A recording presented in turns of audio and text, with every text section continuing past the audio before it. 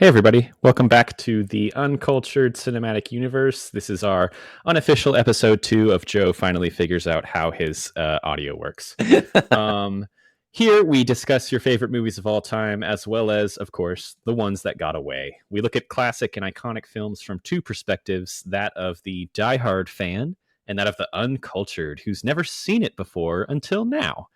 We're your hosts, Joe and Justin, here to act as your guides, playing part as both the fellow enthusiasts and the ignorant and uncultured. Today it's time to get married, get pregnant, get divorced, and get to splitting up your twin daughters and keeping all knowledge of this from them. It's the seminal 1998 rom-com, The Parent Trap. My God.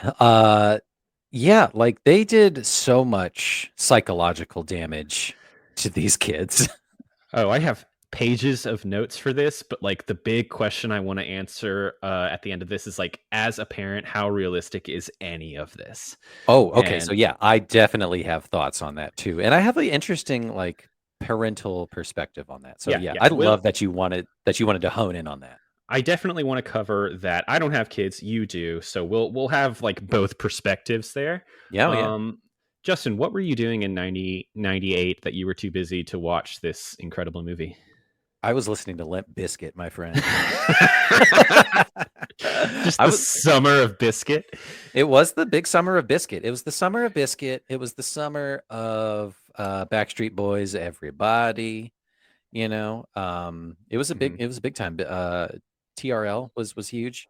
I was in my burgeoning tween years, 1998. I'm Do you have 11. do you have like a Jinko phase? I did 100% have a Jinko phase. We couldn't afford, or maybe we could afford, I don't know. But like my mom was like, I refuse to pay $70 or however much Jinkos were. So I wore the off-brand Lee pipes. The Jink foes.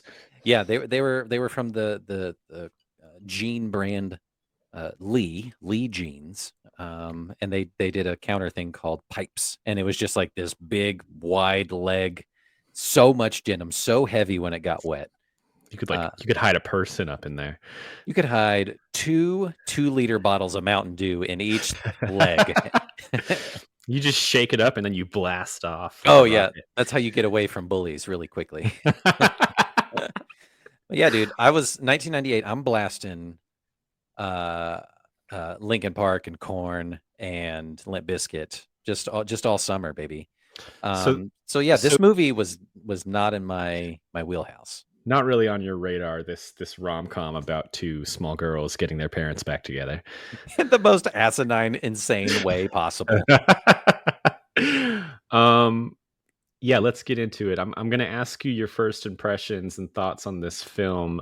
But first, I want to say this is the second episode of our summer vacation miniseries.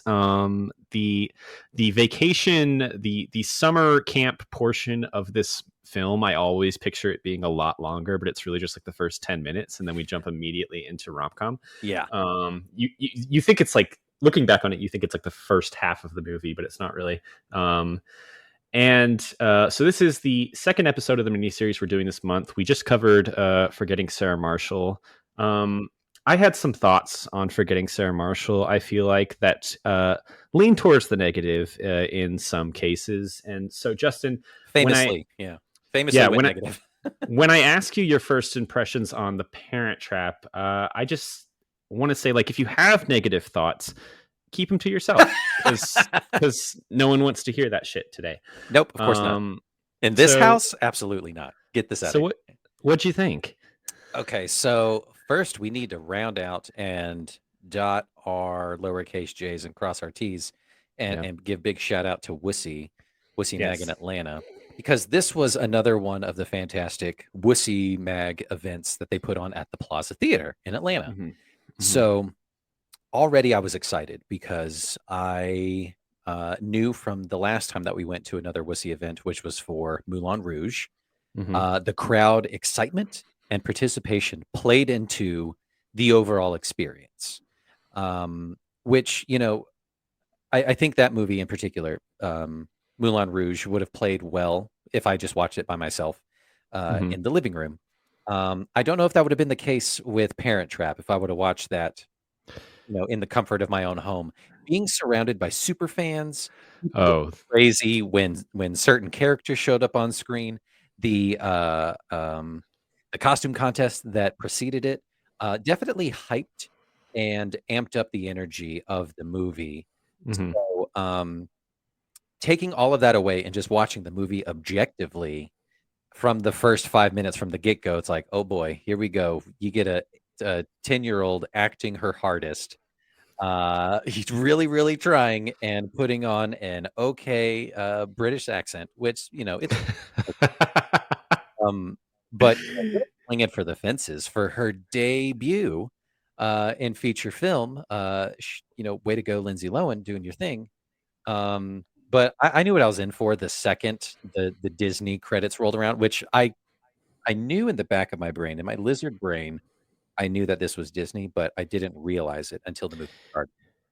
You don't really think of this as a Disney movie because it's much more like I'll get into like the credits of it all, but it's directed by Nancy Meyers, who's much more on like the adult rom-com side of things, and so this is very much like a kids movie that essentially bridges into a romantic comedy between two adults. And so that kind of loops in my connection there. It's like this is really like my opening of the door into the world of romantic comedies. Like Sure, for a lot yeah. of people in my generation, like this is kind of the first taste we get where you think you're going to this like summer camp kind of like hijinks movie, and it becomes a story about the parents for like the Yeah, second half of it. 100%. Like, I didn't I okay, so my general understanding of the movie is just the base concept that there are these twins and they want to reunite their parents, and that's basically all I knew about the main, motivations. Hmm. I knew that there was a camp involved, a camp scene or something like that, and I thought it was Hmm. gonna be a lot more than what it was. And like you said, Hmm. it is literally the first 10 minutes and then fucking forget about it. Um, but yeah, that's all I really knew. I knew that, like, it was a Quaid. I wasn't sure if it was Randy or Dennis or, Marshall or however many Quaids there are. They all come in threes. Uh-huh. Um, and then as far as everyone else, like, I wasn't sure who else was in it. Um, but yeah, that was my base knowledge of this movie. So going to see it, of course, at the Plaza, put on by Wussy Magazine, definitely elevated the experience. I had a good time. Let me just Yeah, preface and say I had a good time. we were surrounded by super fans of The Parent Trap at the Plaza screening, and Justin mentioned that there was a costume contest in the opening. I will say we did come dressed in costume. We were in matching like old Halloween outfits that I had from a couple years back that basically look like camp counselors.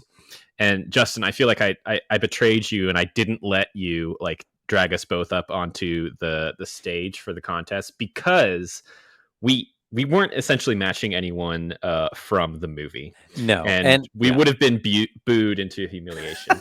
yeah, So I was protecting you. I know. Thank you, and I realized that after the fact. Hmm. Because yeah, some people went crazy, crazy screen accurate. We were just adjacent. We were just dressing up in spirit, which Yeah. was fine, But yeah, the winners definitely deserve to win. They were a pair of fencing twins, Hmm. which like actual fencing regalia, which was amazing. You Yeah. know, uh, I don't even know where they got that. It looks exactly like the movie with like the helmets and stuff. what if they actually were fencers? Like that is their pastime.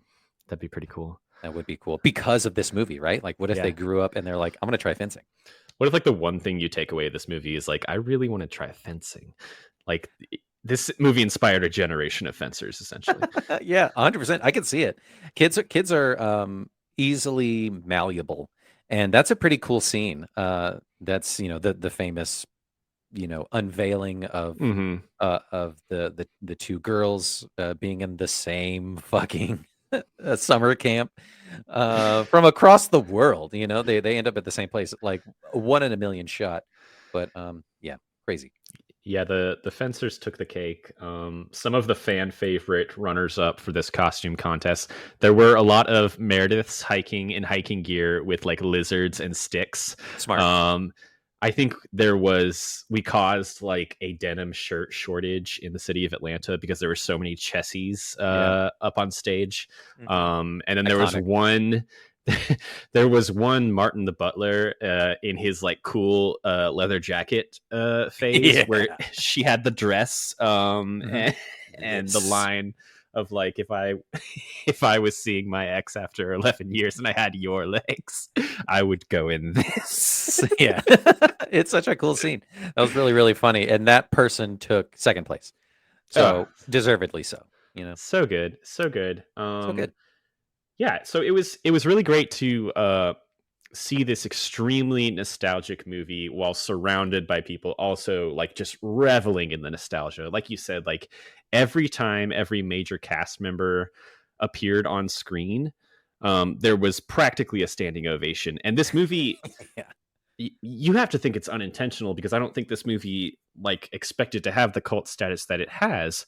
But like this movie, every time a major cast member is shown, there's like a build up to it almost. Like there's it kind of like starts at their feet and kind of like goes up. Like it's they have an entrance in some way because it starts with the twins and then like the parents are in the opening kind of prologue, but you never see their faces. And so you see the parents like halfway through the movie and they each have kind of like an entrance moments where the twins see them for the first time. So you're seeing them through the eyes of the twins. And then you have like the big Meredith reveal as well. Next to the pool. It is very quintessentially Disney because you can see those kinds of entrances for characters echoed in the Marvel universe when like a superhero appears, like Iron Man. It's the slow pan up from the legs and then like quippy dialogue, and then like pause for cheer. You know, they know what they're doing.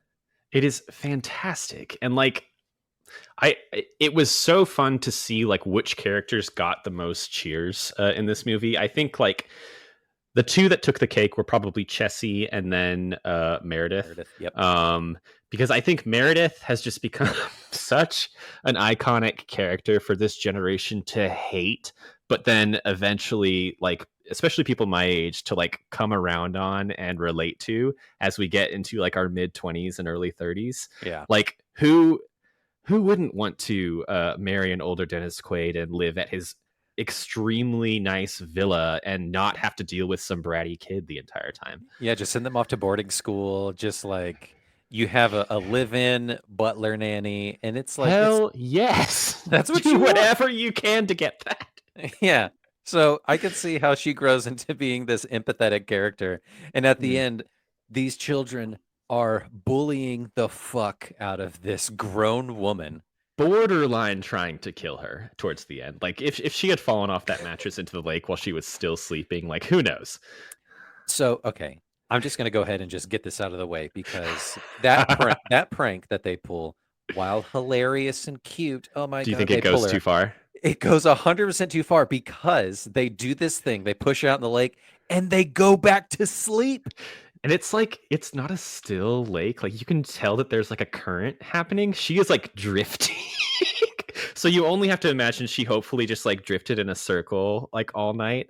But like there are wild animals in the woods and there are snakes in that water, dude. It is nighttime. Like good thing she woke up like during the daytime when she could see. Dude, okay, so listen. These girls are sociopaths because of their deep, they don't even know it yet, and years of therapy in their late teens and early 20s are going to like unearth all of these things, but like they're starting to show signs of just indifference towards humanity.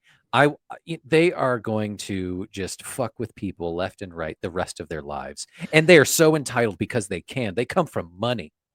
See, I have to warn you, like you're going to be making this argument this episode and I cannot side with you. There's such a level of nostalgia associated with this movie. Like these characters can do no wrong in mine and so many other people's heads. Sure, subjectively I get it, nostalgia is a hell of a drug, but if you looked at this subjectively, they are monsters. Even though these people are rich people operating on a level we will never understand, first and foremost. No. Like I want to get into like how wealthy we think these adults are. God, like it's just barely hinted at. Like, their mom is this insanely popular wedding dress designer, and wedding dress designer, Yeah, that's not a uh uh three, four, like five-figure salary. That's five that's figure. that's She's got to be making like seven millions. figures She's to easily live in making that millions. house. Yeah, she's not making meager. Yeah, to have a butler and a butler's staff. Granted, her dad, her old grandfather or old dad lives there It's all with her, grandfather money. but he comes from money too. Just the way he's He dressed. he funds the entire family, and he paid Dennis Quaid to divorce her, so that's the money that Dennis Quaid has. This Yeah. all makes sense. I want the prequel, man. I want to know. I want to have the conversation that they have as soon as the babies are delivered. It's like, which one do you want? I don't know. Flip a coin, and we'll never see each other again. We're gonna sign here or whatever, and just like poof, go our separate I love ways. how I love how they look back so fondly and they're like, "Yes, What happened? I threw a hairdryer at you, casual domestic violence." And then we split up to different corners of the world. See, these people are monsters, and their kids are gonna pay the price for But I want to be them. it. To live in such privilege. No, this definitely ties into the Nancy Myers effect of it all. So I'll get into that. Let me give you some stats because I think we're gonna have to get to the plot description sooner rather than later, or else people aren't gonna know what we're talking about. Yep. So we got your first impressions, my history with the film. Obviously, first Lindsay Lohan movie that I saw because this is her first major film role. Yep. One quick note on the Wussy show. We almost had Elaine Hendricks there, who plays Meredith in the movie. I think close. She's an Atlanta native, and she was going to be there to, I guess, like help MC the event, and then she was doing kind of like charitable work for a animal foundation that she works with, and so there would have been a connection there.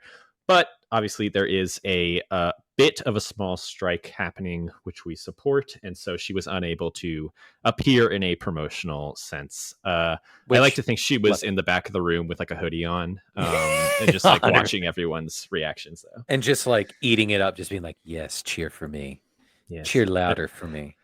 Hashtag Elaine, come on the podcast. Let me get you some film stats for The Parent Trap. So directed by Nancy Myers, rom-com queen. Stars Dennis Quaid, Natasha Richardson, Elaine Hendricks, Lisa Ann Walters, Simon Coons, and a young unknown talent that I think is named Lindsay Lohan. This movie is based on the 1961 film of the same name with Hallie Mills, which covers a lot of the same plot points. Sure. And both of them are actually based on a German book from the 40s called like Lisa and Lottie, I think. Yeah.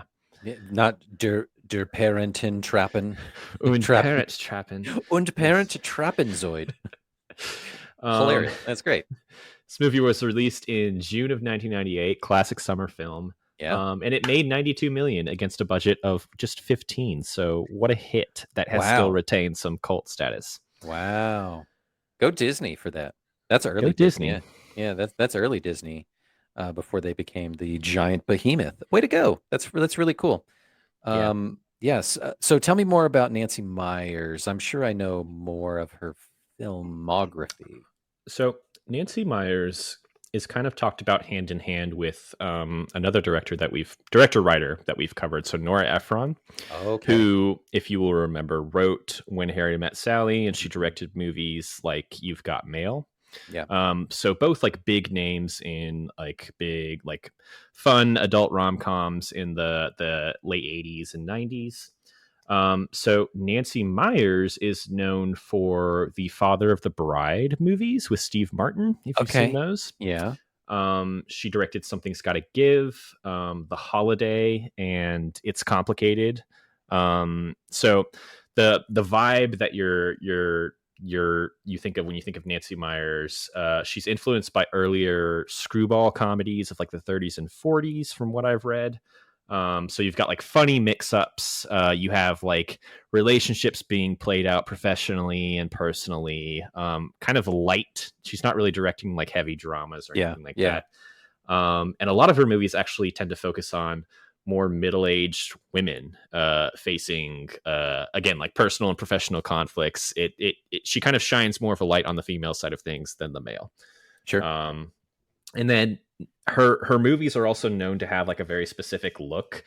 She tends to deal with like very affluent people, and so a lot of her sets are really famed for being just like something you want to just like sink your teeth into. So like for example, like the British townhouse that the mom lives in this movie, The Parent Trap, like you look into it and it's just gorgeously decorated on the inside. And then you have this like California vineyard villa on the other end of the thing. Nancy Meyers is famous for like these expansive and beautiful kitchen scenes and like just sets and locations that you just want to live in and wrap up on a couch with a good book. Yeah. It's kind of like Better Homes and Gardens on screen. Yeah. These are the Better Homes and Gardens that they're talking about. Way better than your home and or garden. Yep. I love it. Cool. Nancy Meyers, way to go. So that is Nancy Meyers. Why don't we jump into the trailer and then the plot description, and then we can talk about how insane this movie actually is. Yes, thank you. All right, here we go. Queuing it up. 3, 2, 1. Why the sudden curiosity about your dad, huh? Mother, you can't avoid the subject forever. At least tell me what he was like. I want to talk to you about my mother. Well, what about your mother? Dad, I'm almost 12. How long do you expect me to buy that story that the stork dropped me on your doorstep? Everyone in the world believes they're unique in their own way. Annie James and Hallie Parker are about to discover. This is so freaky. They're both unique in the same way. That's my mom. That's my dad. Then you and I are like sisters. Hallie, we're like twins. I have a brilliant idea. I think we should switch places. I'll go back to London as you, and you go back to California as me. If we switch, they'll have to unswitch us. And when they do, they'll have to meet again, face to face. Honey, you never looked better. Welcome home, kiddo. Dad. Finally. Now, two sisters You're back. Mother. are setting the perfect trap It seems like it's been forever. I have no idea. to bring their parents back together. This is an emergency. Dad's in love. What? Wear your shirt like this. I like it when I can see a little chest hair. It's disgusting. If there's any hope of getting Mom and Dad back together, we've got to do it fast. I am marrying your father in 2 weeks, and nothing you do is going to come between us. Hi, Mare. Hello. How you doing? Both of them? From the makers of Father of the Bride, Does everyone here know something I don't know? Yes. Dennis Quaid, Natasha Richardson, and introducing Lindsay Lohan. Starlight, star bright, first star I see tonight. Mom's amazing. Don't know how you ever let her go. I wish I may. I wish I might. Have my wish come true tonight. Disney's The Parent Trap.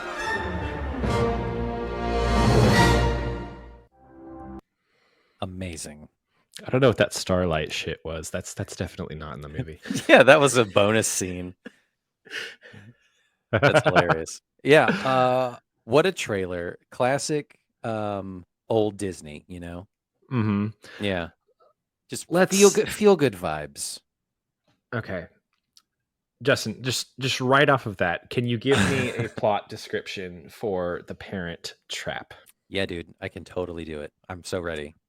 Okay. Let me get this timer set up. Okay. The Parent Trap, a surprisingly complex story in 1 minute by Justin Jackson. And here we go.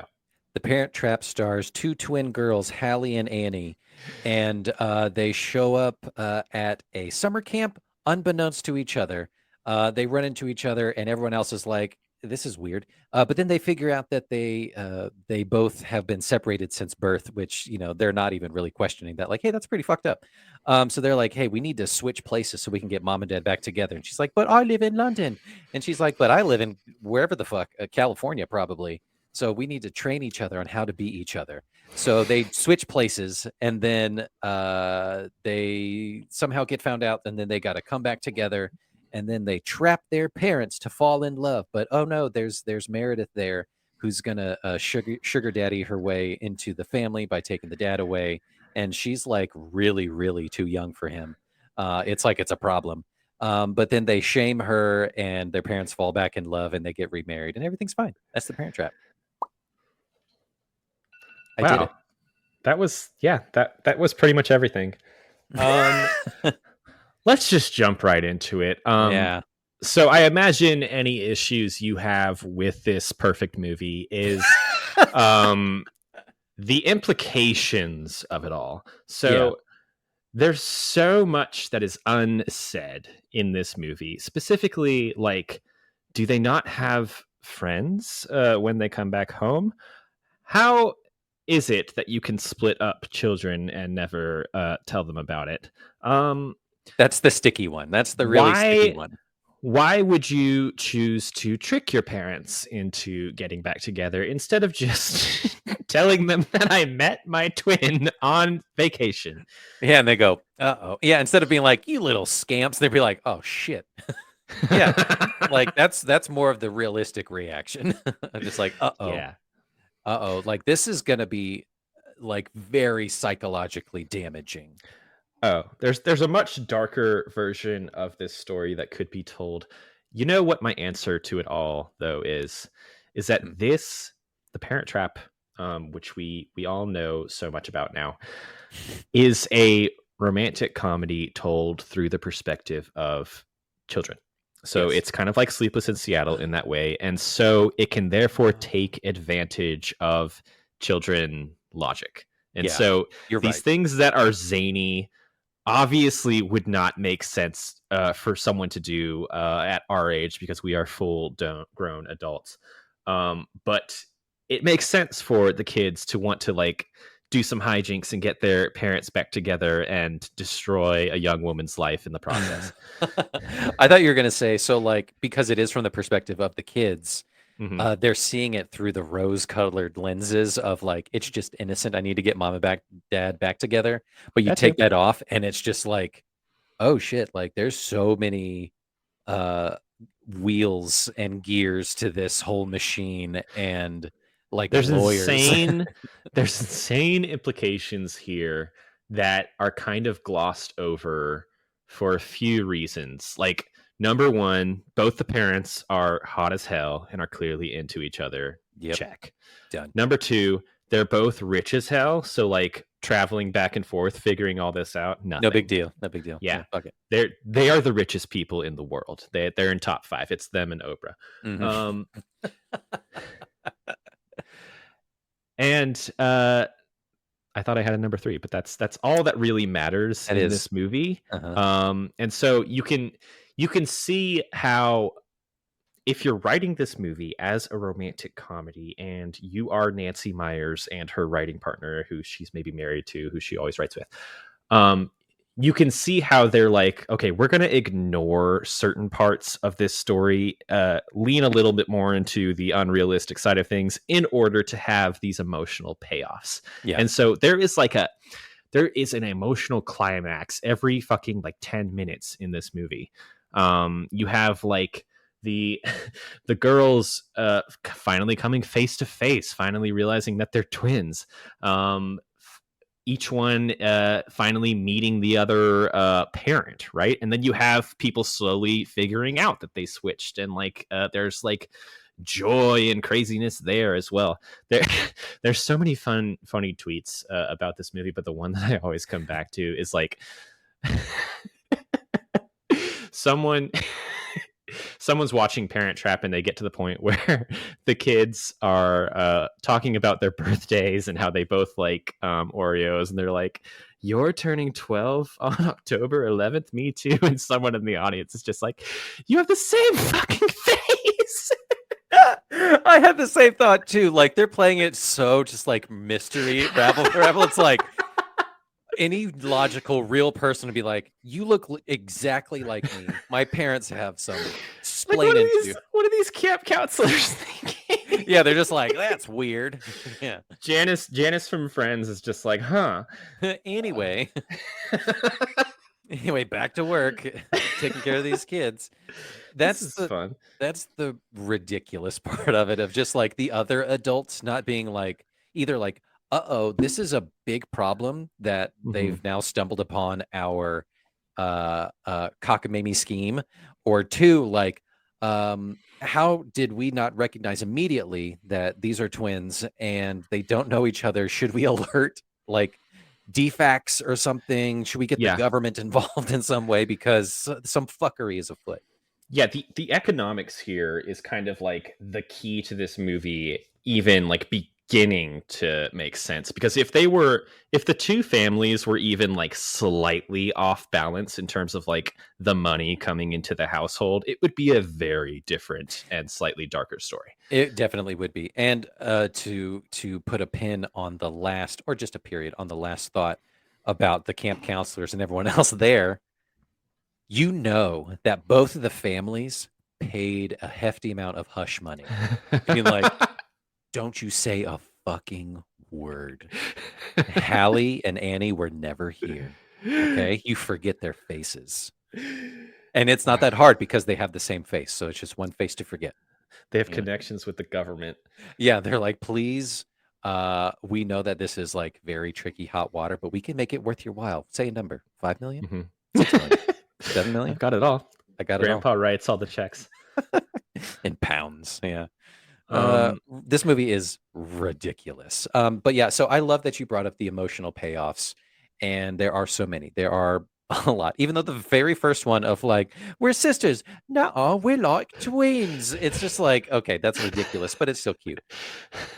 Admittedly, the one that got me, and it's only because I'm a dad, is who's the British one? Fanny. No, Hallie. Annie and Fanny. The British one, finally coming to meet the dad for the first time. I was emotionally keyed up. Because I'm like, oh my God, I'm a dad. This hurts in a lot of ways, because I understand the undertones of what's happening right here too, but also just like, oh my God, that's amazing. The mom one is less so for me, but I still get that it's kind of at the same, it's supposed to be played at the same level. But yeah. I love that the mom is so great, and they clearly have like such a great home life that I mean, both home lives are wonderful to like a fantastical degree. Like, it doesn't make any sense. Yeah. But like, you can clearly see how like you definitely get the more masculine side of things on the dad's side, and then the more feminine side of things on the mom's side. Like each twin kind of gets what they're missing in a way, in that way.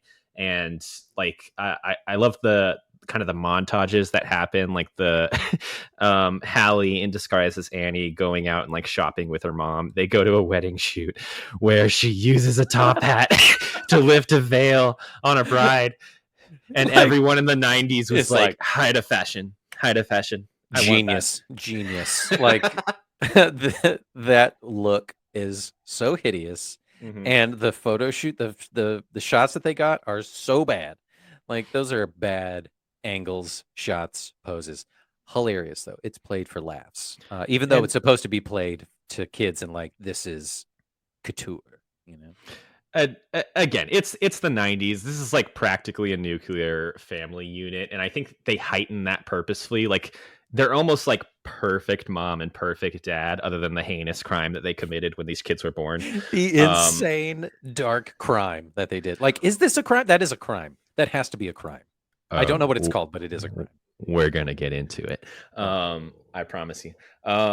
So like, you have this like these practically angelic parents who love their kids so much, which makes it all the funnier when you see like variations of that, like when the mom realizes she's going to meet the dad again for the first time in over a decade, and she gets kind of drunk on the plane ride over and starts like smoking, and then the dad falls into a pool. He's obviously too much of like a horny himbo to really know what's going on, and so he is the one that has the interloper on this family in the form of Meredith.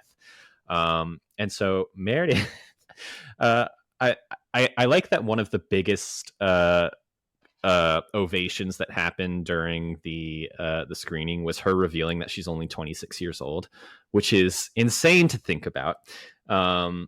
Which is not much younger than you, Joe, but Dennis Quaid at this time, or Randy, I don't know, Dennis.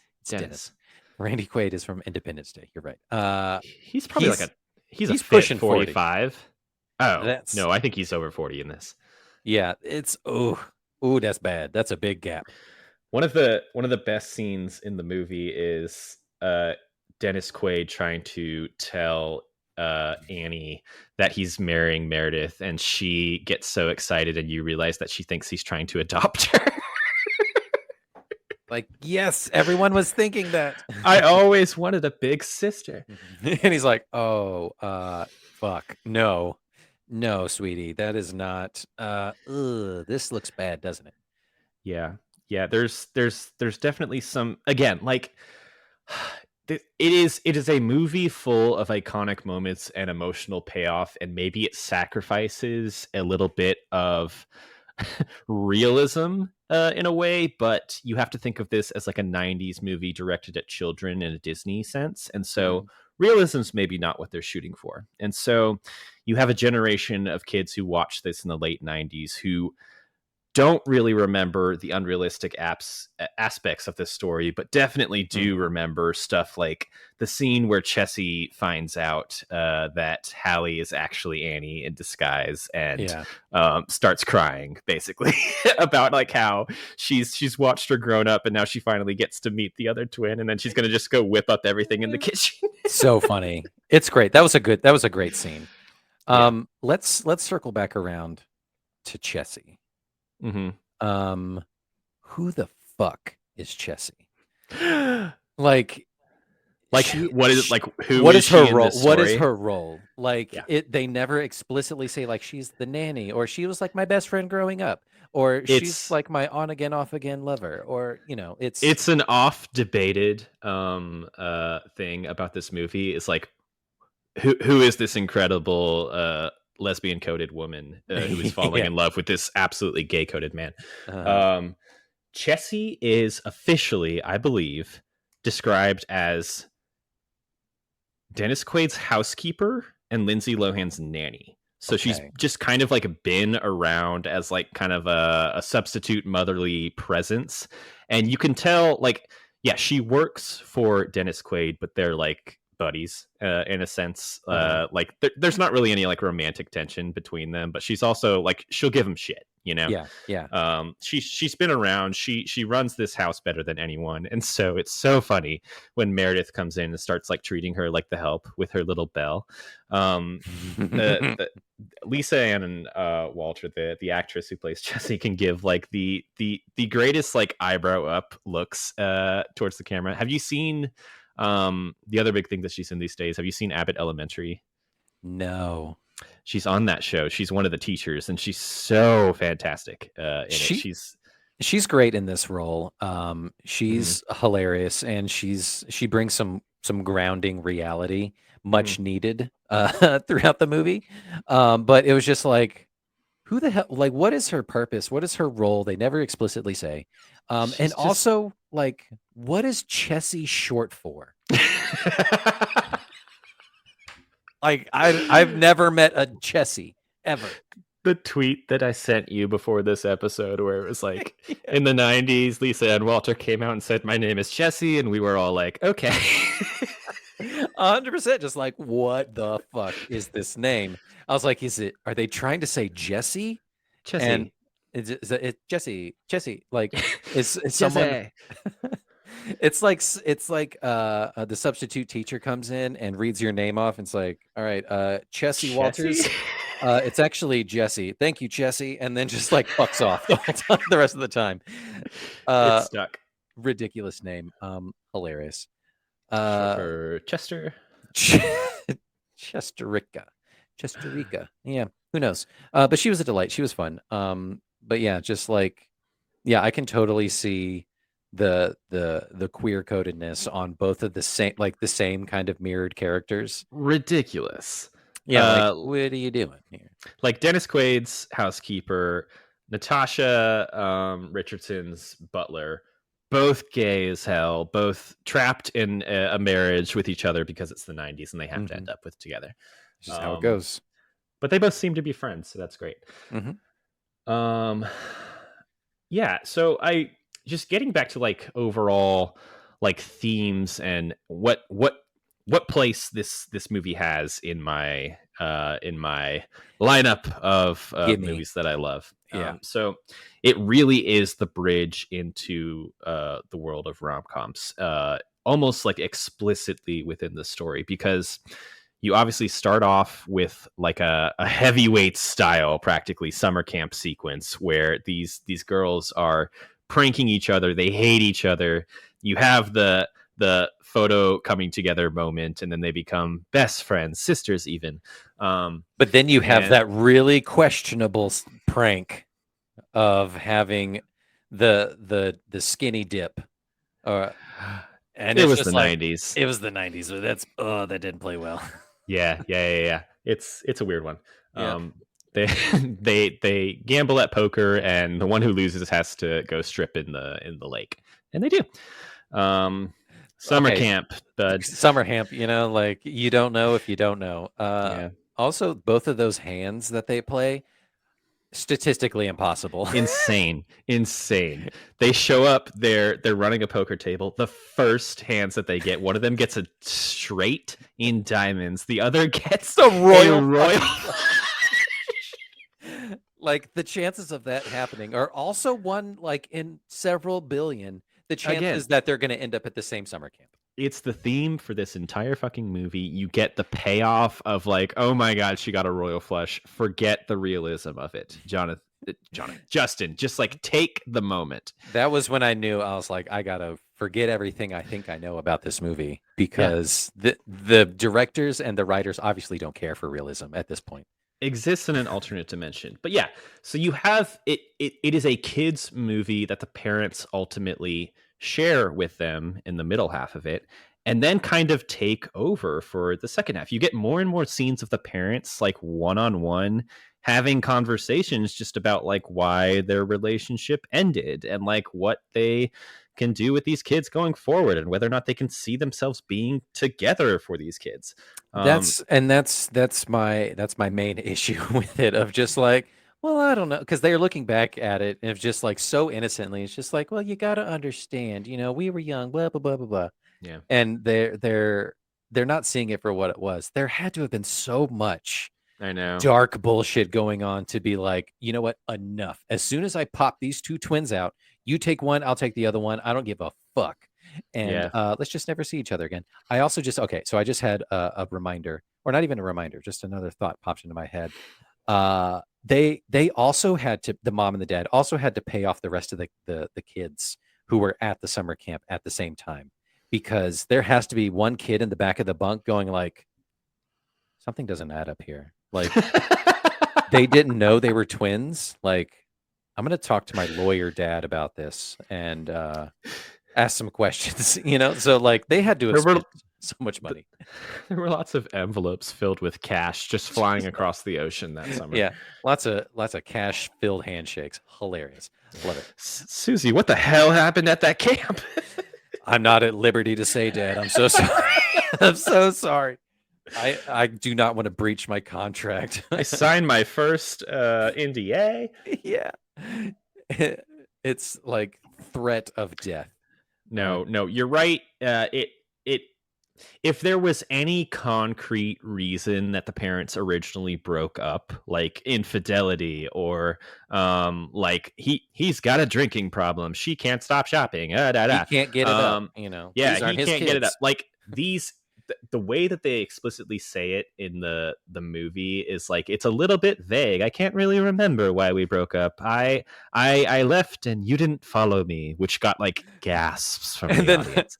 I didn't know I was supposed to, They're both like in this wine cellar lit by Annie Leibovitz. Like it's incredible. I love it so much. Yeah. And like one of the benefits of having like clear affluence in this movie is like you can picture a future where like maybe they are well off and they don't really have any problems. Like they're not really going to deal with too many things because they're both extremely successful in their fields, even after just like 11 years, which is not a long time. No, really not. No.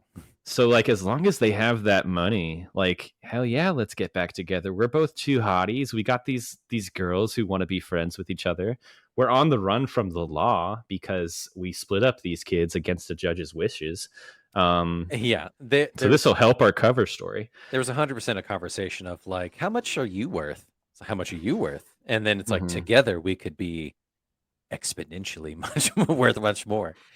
So two people turned on by money. Yeah. Oh, 100%. They definitely have a Scrooge McDuck style like fuck pool. And Meredith is the only one who's talking about it, Yeah, she's the reasonable one. Yeah. Yeah. Like at least she's being honest about what she wants and how she's going to get it. She is a go-getter. I want Meredith on my team if I want to like keep money in my bank. She would not let Dennis Quaid like make poor financial decisions if they were married. Yeah, she's like, oh, sorry, I want to marry into a rich family. I'm not the one who has to pay all this hush money.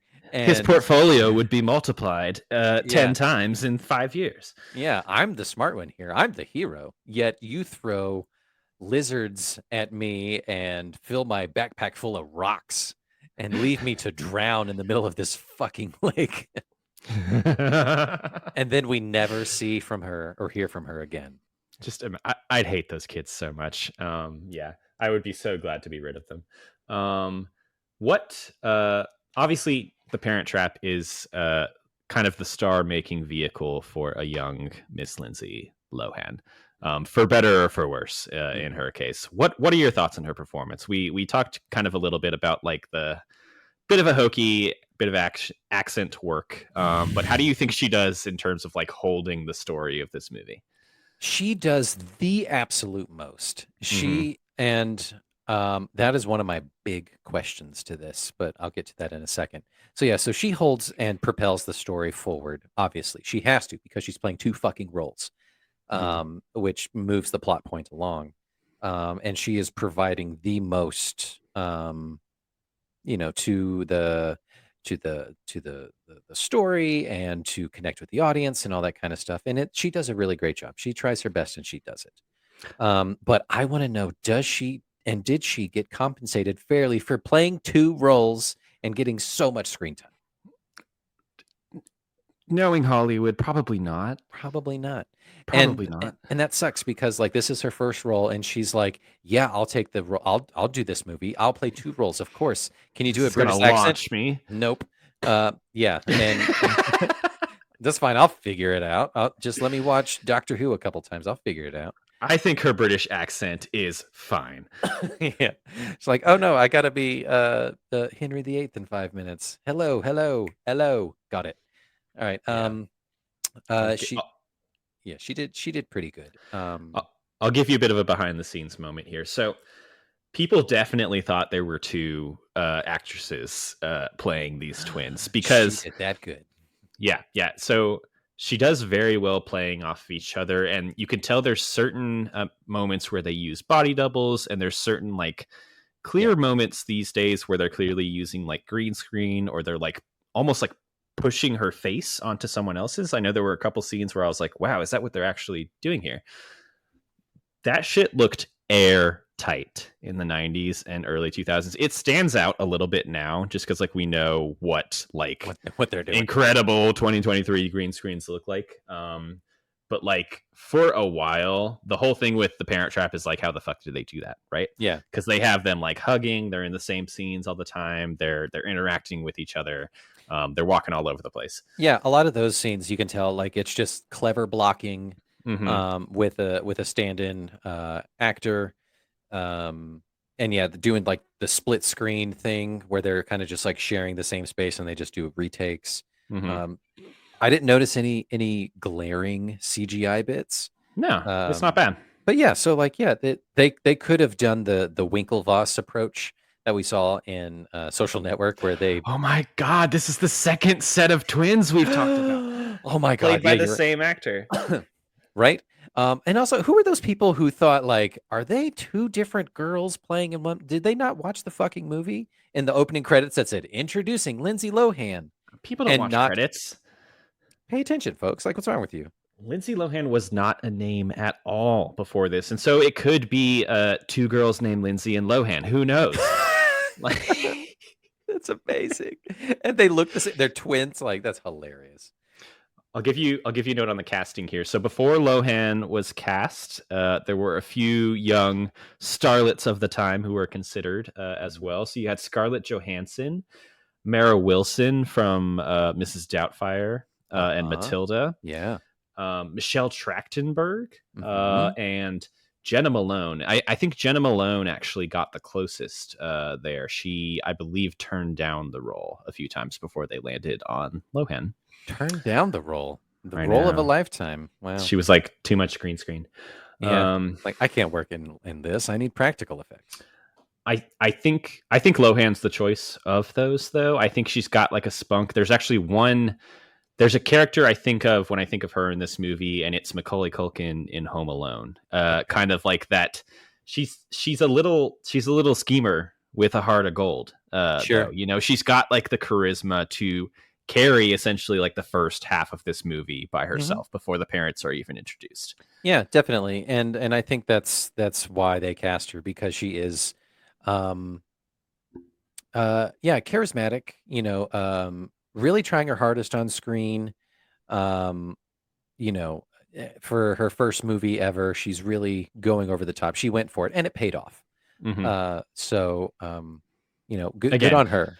And it launches her on a career that's maybe not the most healthy one, but like I think she's doing maybe better these days. So we're happy for Lindsay. I hope so, you know. So my first introduction to Lindsay Lohan was in her Mean Girls. That was the first movie that I saw with her in it. But I'd seen trailers for this movie and knew that it was a thing. And I'd seen trailers and snippets and stuff for Freaky Friday. Which, you know, someone saw the movie and she says the line, "This is freaky," and someone was like, "Freaky Friday, we're gonna redo it," and it's her. And then, you know, from there she is firmly in the Hollywood upper echelon, right? Upper echelon. You know, she does Herbie, Fully Loaded. I got the whole list right here because I'm trying to get to one movie that I really specifically remember because it sounds so similar. She does all these movies, Prairie Home Companion, and then in 2007, she does this other movie called I Know Who Killed Me. Joe, did you see that one? No, I know it's kind of infamous for kind of not being great. It wasn't great, but she was like, I'm gonna play an adult role, and she like there's like it's gonna be edgy. It's edgy. There's a sex scene, and like I'm an adult now, but she plays two roles again in that movie. It's ridiculous. Pretty wild. That. Yeah. How about that? Wow. Have you seen Freaky Friday? You said? I haven't seen Freaky Friday. Oh fuck, Justin, we may have to cover that one. Is that also a Disney redo? Yeah. So she was just like in the wheelhouse of Disney. She was their go-to girl for a while there. Yeah. And then she moved into the incredibly toxic pop teen star period of the mid 2000s, and so that's a washing machine that'll spit you out the wrong way every time. She got in with Ashton Kutcher and just a bad group of guys. Kutcher, yeah. The Cooch, man, he'll get you. Let's have a little cocktail moment. What are you drinking these days? I'm so excited. Check this out. I'm sure you've noticed, Joe, I go and take a drink of one thing, and then what do? I reach over and I take a drink of another thing. I knew it. I got two drinks here. I almost did this. They're essentially the same thing, sort of, but they were raised in different households, you know. Together, these are called Orange You Glad We're Not Sociopaths. So over here, I got an American classic. This is a screwdriver. This is orange juice and vodka. But over here, this is a little more refined. This is an orange mint gin fizz. So muddled orange and mint, simple syrup gin, and topped with seltzer. So Okay. they're both made with the same ingredients. They look similar, not quite identical, which isn't quite there, but they were raised in different places. One of them has class and the other doesn't. Mm-hmm. Yes. Class, yes. I have class and you don't. I definitely tried to go the twin approach. I was trying to think of like British drinks mixed in with like American drinks. There's definitely like a culture clash happening here. I ended up being inspired by a moment in the film where I guess it's Annie, the character of Annie disguised as Hallie, kind of having like a get real moment with Meredith. Like they both kind of have a bit of a face off and they do a little girl talk because she's like, Meredith is like, I'm marrying your fucking dad and you're gonna go off to Switzerland whether you like it or not. And Annie asked her if she wants the 411, right? So that was kind of very much like a 90s term of like, do you want to know all the information here, essentially? Because you would, I believe, call 411 to get information. Is that you correct? 100%? Okay, that is correct. So she explains to her what the 411 is. So my drink that I have already finished here, it's not an issue. I don't have a problem. I'm calling the 411. So there's a couple things. There's 3 things at play here. So 4 parts ginger ale, ginger, redhead, Lindsay Lohan. 1 part London dry gin, bringing in kind of the England of it all. Yeah. 1 part red wine, because the dad owns a vineyard. I will throw in a caveat here. I didn't have a red wine to open in this case, and so I am saying that a red juice will do. And so I did use cranberry juice. It is a kid's movie. Yeah. Yeah. I used cranberry juice. It tasted pretty nice, served over crushed ice. But okay, the true drink here should use red wine. I'm trying to imagine what that would taste like, and I bet it would taste great. I bet it would taste interesting. Ginger beer, ginger ale, dry gin, and London dry gin specifically, and red wine. Woo boy, that's wild. It's a zany combination to fit a zany movie. It is incredibly zany. You're right. I came across, Joe, and I wanted to know if you knew anything about this. So I was looking up names. I was trying to remember who is who and like what the fuck are their names? Are the Annie and Fanny, whatever? And I looked it up, and I just saw a flash on the screen on Google. Apparently, there was a film franchise from the earlier movies. There was like sequels, like Parent Trap 2, Parent Trap 3. Like what? I want to say that. So the Haley Mills character, do you know who Haley Mills is? Like she played the original twins here. She was kind of like the Lindsay Lohan of the 60s, essentially. She was Disney's girl in a lot of their movies. There are Parent Trap sequels. I did kind of a Wikipedia deep dive a long time ago on this, completely unrelated. I think they eventually end up following one of the twins grown up, and that she has her own twins, and they do kind of like a Parent Trap or a reverse Parent Trap with her. And so it's like it's generational. It's not like doing the same story again and again, if that makes sense. Okay, so it's one of the twins also has a set of twins, but those twins live together, and we need to split mom and dad up. This is a toxic household. How do we get mom and dad to break up? It's like a harrowing divorce story where they have to choose who goes with who. Oh, God. Could you imagine? I would love that. Yeah. What a cool movie to watch. Insane. Disney knew they had something with this one, and so it explains a reboot that works. Who doesn't love a reboot? Yeah. Some other iconic moments I have, and then I want to get your final thoughts on this one.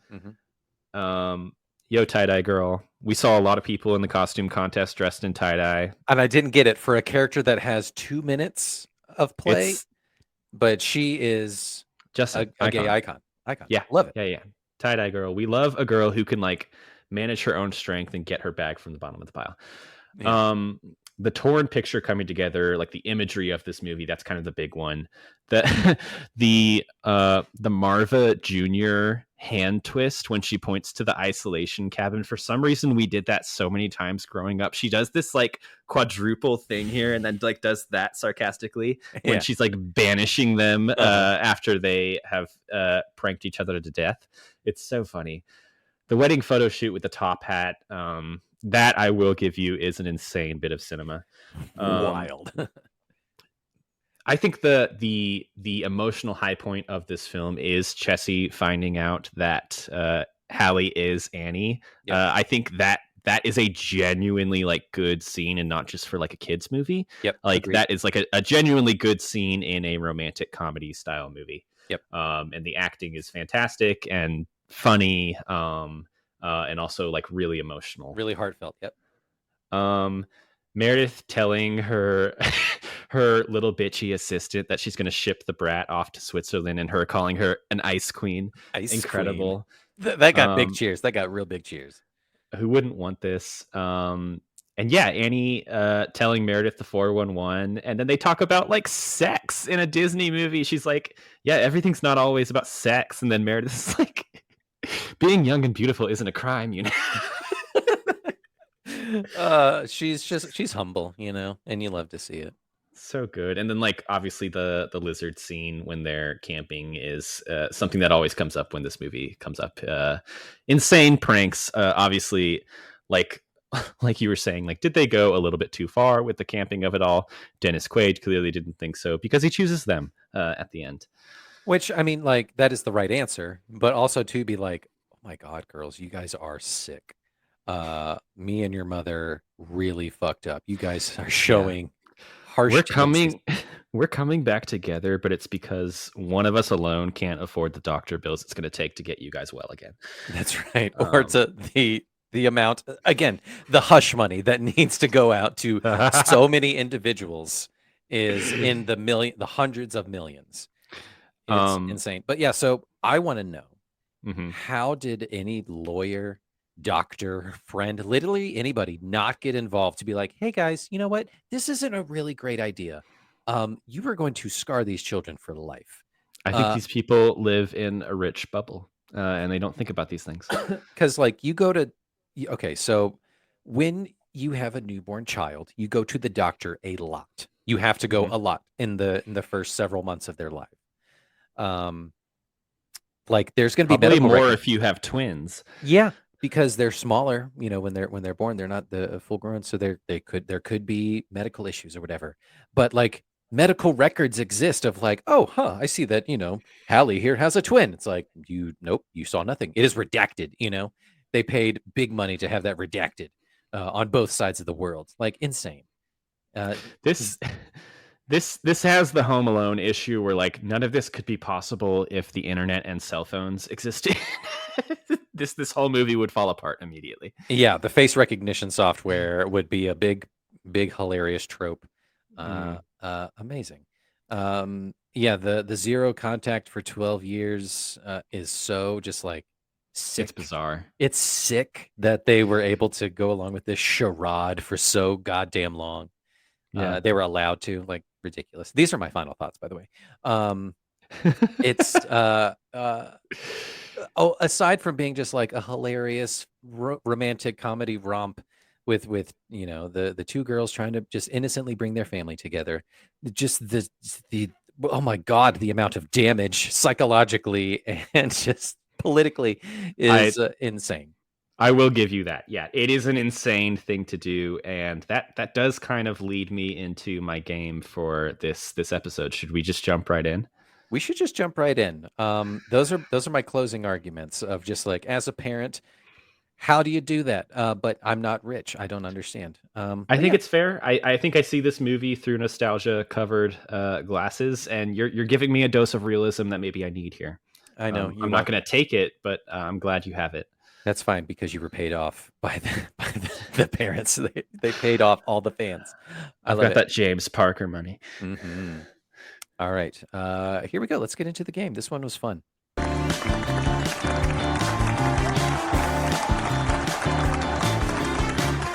Ladies and gentlemen, get on your feet.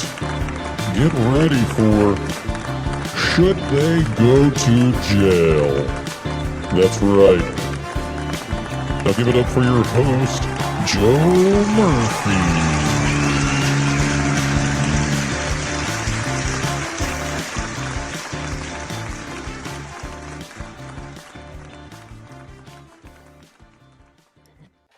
Welcome back, everybody.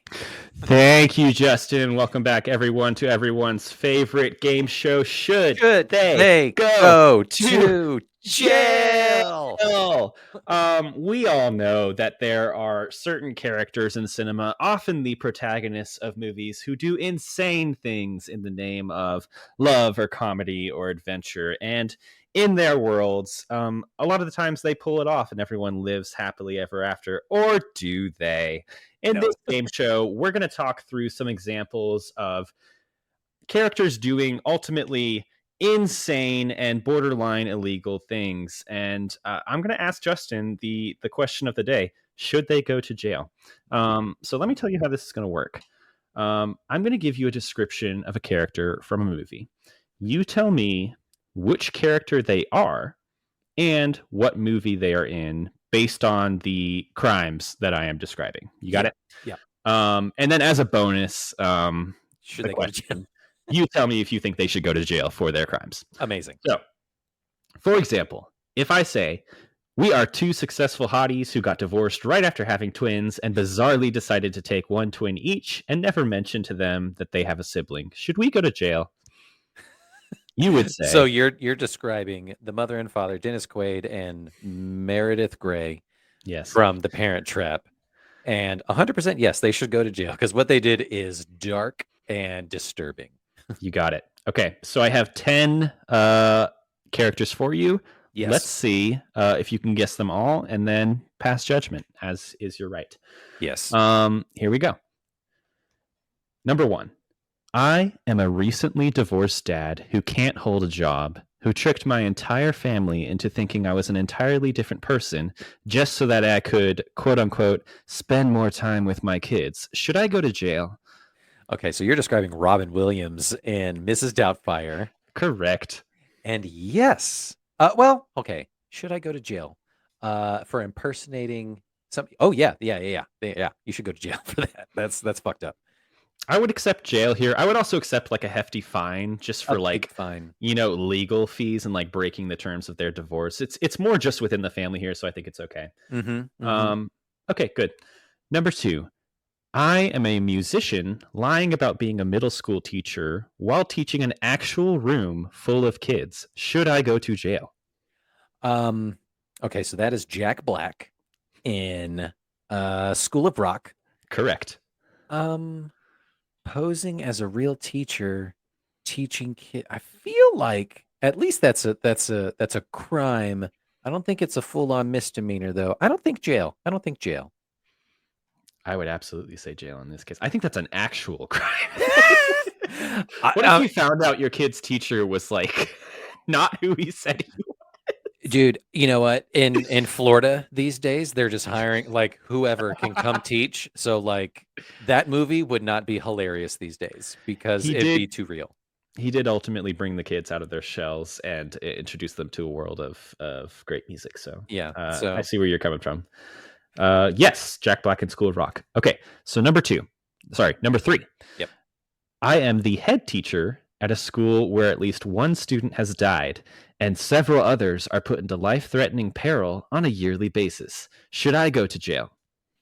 So you're either Richard Harris or Michael Gambon as Albus Dumbledore in any of the Harry Potter films. I'm looking for the character, so yeah, Albus Dumbledore. Yeah. I'm going for bonus points too with the actor. Yeah, Dumbledore should definitely go to jail because there are kids that are just disappearing, dying. Doesn't he go to jail in the second one for a little bit? Like they take him away? He goes to wizard jail and he like so like it's like a vacation, you know. Yeah, that's like the Wolf of Wall Street jail that has tennis courts. That's right. Fuck you, J.K. Rowling. Yeah. Very good. You are 3 for 3. Okay, number 4. I cooked food at a restaurant that I do not work at and served it to a large group of people, knowing full well that it could be contaminated with a wide range of diseases. Should I go to jail? These are going to get progressively harder. Okay, so it's Patton Oswalt as Remy the Rat in Ratatouille. Correct. You don't send rodents to jail. You can't. You just kill them. You can't. You just fucking kill them. So I guess that's a prison of its own. The endless nothing of death. Yeah. Very good. Number 5. I illegally copied and distributed a famous book before it was published without the knowledge of the author. Should I go to jail? Illegally published a book without the knowledge of the author. No. Illegally copied and distributed a famous book before it was published. Copied a book. The only thing that's coming to mind is I can give a hint if you want. Give me a hint. Give me a hint. This is a movie that we have covered. Okay, that's what I was thinking. It was Devil Wears Prada. Yes. It's God, what is her name in that movie? Anne Hathaway's character. Her name's Andy Sachs. Andy. Yeah, that's right. Andrea. Again, gets the Harry Potter connection. Yeah, that seems like jail. Jail. Right. Yeah. She'd go to jail for. She was eventually going to go to jail for Meryl Streep anyway. Like that job could not last. No. All right. Strike one. Number 6. I funded a team that conducted some extremely morally questionable experiments on an island without any governmental oversight that resulted in multiple deaths. Should I go to jail? Okay. Yeah. So, Mr. Hammond from Jurassic Park. Correct. Definitely has blood on his hands and is 100% going to jail. He should be eaten by a dinosaur. Yeah. Yeah, dinosaur jail. I think he gets off scot-free. Like he's in the second one, just like living in his mansion. Okay. Very good. But dying, I think he's dying. He's dealing with the guilt. Yeah. Number 7. This one's a tricky one. I was the leader of my friend group until a new guy showed up who everyone thought was cooler and more fun than me, and in a fit of jealousy, I tried to have him killed. Should I go to jail? Fit of jealousy? Tried to have him killed? Mm-hmm. The leader, and someone else came in. I'm going to need a hint, Joe. I'm going to need a hint. This is an animated movie. Animated movie. Oh, okay. Yeah, it's so you're talking about Tom Hanks's Woody from Toy Story 2. Or Toy Story, just Toy Story. Trying to have Buzz Lightyear murdered. Yes. These toys. Should Woody go to jail? Woody should go to, and I guess jail would be like Sid's house, and which he does. I think he pays for his crimes. He pays for his crimes. He has a bit of a redemption arc in that movie, yeah. Yeah. All right, number 8. We bully our 6-year-old daughter on a daily basis because she's smarter than us. Should we go to jail? Bully our 6-year-old daughter. Okay, so this is it's Danny DeVito and fucking Rhea Perlman and Matilda. Do you know their names? I don't know their names. They are Mr. and Mrs. Wormwood is what I'm looking for. Amazing. Yeah. Correct. And they should definitely go to jail. They should. I think they do essentially. They end up on the run from the cops at the end. Yeah. What a movie. Okay. Number 9. I took all of the caviar for myself off of a communal cheese plate at a party, despite knowing full well that it was a garnish. Should I go to jail? That's a test. That's a good one. All the caviar, even knowing it was a garnish. It sounds familiar. I need a hint, Joe. Okay. This is a movie that we mentioned already on this podcast. It is a prominent rom-com of the 90s, and this is actually a test for me to see if you've actually seen it. Oh, well, then I haven't. How many times have we mentioned it? I don't I don't. Sleepless in once. Seattle? Is it Sleepless? No. It's very much adjacent to Sleepless in Seattle. I Can't Sleep in Olympia. Nope, not by title. I have no idea. Who are the stars of Sleepless in Seattle? Tom Hanks and Meg Ryan. Okay, go off of that. Okay, you have got mail. You have got mail. Have you seen that? I think so, but like barely. So I don't know if it counts. That was kind of my backdoor way of seeing if we need to cover that eventually on the podcast. Yeah, that was Tom Hanks's character in You've Got Mail, and the answer is he should go to jail for stealing the caviar off that plate. As a garnish, like, don't you fucking dare. Yeah. Okay, last one. Are you ready? I'm ready. I think you're like 8 for 9 on this. You're doing pretty great. Yeah. Last one, number 10. My loving housekeeper got up early and made probably the most delicious looking breakfast I've ever seen in one spot, and I only ate one small bite of toast before running out of the room to focus on my maniacal secret agenda to destroy a young woman's life. Should I go to jail?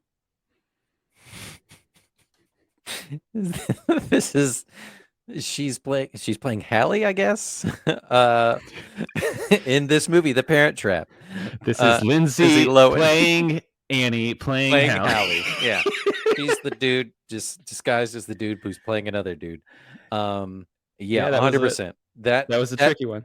That spread looked amazing, and Chessie worked so hard on it. God, the chocolate chip pancakes. I know, her favorite. And just pissed them all away for a bite of toast. You fucking Brit. Like jail immediately. Immediate jail. Justin, thank you for playing. Should they go to jail? And the answer is almost always yes. It almost is 100%. Only on NBC. Coming, after How to Be a Millionaire. No, coming soon to Paramount. Exclusively streaming. Joe, this movie was fun, and like I said at the top, this was heightened, of course, by our friends over at Wussy Magazine for putting on such a fantastic event. It elevates the experience to an otherwise insane movie. I appreciate nostalgia for what it is. It is one of my favorite drugs, and I could feel the love and the fervor in the room from the super fans who filled the theater. It was packed. It was packed of people, and it's so cool to see at your local theater. But it was a great experience. Super cute, super silly movie. I'm not going to hide this one from my daughter when she comes of age and she like wants to watch this movie, and I'm going to be like, "Ooh, that movie." No, she can watch it because it's cute and silly, whatever. And then when she's a teenager and she's like, "Hang on a second," and I'll be like, "Yeah, I know, sweetie. Those people are fucked up." And she'd be like, "Yeah, right." And we'll just go from there. I almost thought you were going to say when she's a teenager, you'll finally tell her about the twin that she has. When she turns 12, yeah. I'm going to send her to summer camp for no reason, and she'll be like, "This feels really familiar." Amazing. Okay. Justin, this wraps up our August miniseries of summer camp, summer vacation. Yeah. I think we are banking this episode for a bit, so we have a second to think through. We're not. Thank you.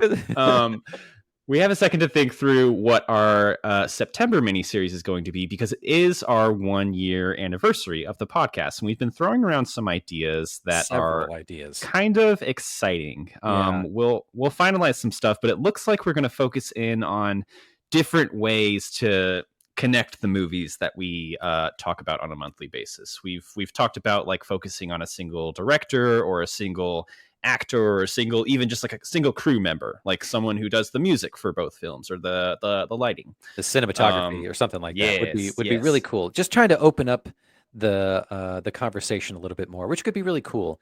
Not to say that we're not going to come back around to themes of the month. I'm sure we're going to come back around to Christmas movies. We're going to come back around a spooky season. We'll still have a spooky season, but just kind of branching out, and we're still going to try and feel how we're going to do TV and how we're going to do like other media. I don't know, books or whoever else. I don't know, but really bringing in other types of media and dare we say guests. Guests, yes, we'll definitely figure out what our first guest looks like. Someone who's not nuclearly related or like shares the same walls as we do. That's not to say that Ryan won't come back whenever Joe decides to gallivant off to Eastern Europe for a. Ryan was great on the podcast. Yeah, we're gonna have her back on. We're gonna have her back on. But yeah, so stay tuned for new exciting things. And yeah, we'll announce what we're doing very shortly hereafter. On the Soch. On the Soch. Check it out. Like and follow, subscribe, do all the things. We're experimenting with shorts on YouTube. Have fun with that, you know? I did see those on YouTube. I have like deleted all social media because I'm trying to get off my phone more, so I'm on YouTube all the time. And the UCU shorts come up a lot, and I like to see them because it's my face. I know you love looking at your face, don't you? I'm a small child, yeah. I know you are. Cool. Well, yeah, this was fun. This was a great miniseries summer vacation, full of the nostalgia and the good feels. And yeah, thanks for showing me The Parent Trap. I feel so fulfilled. Yes. Great. All right. Well, we will catch you guys on the flip flop. See you guys later. Flippity flop. We'll have a good September. All right. Bye.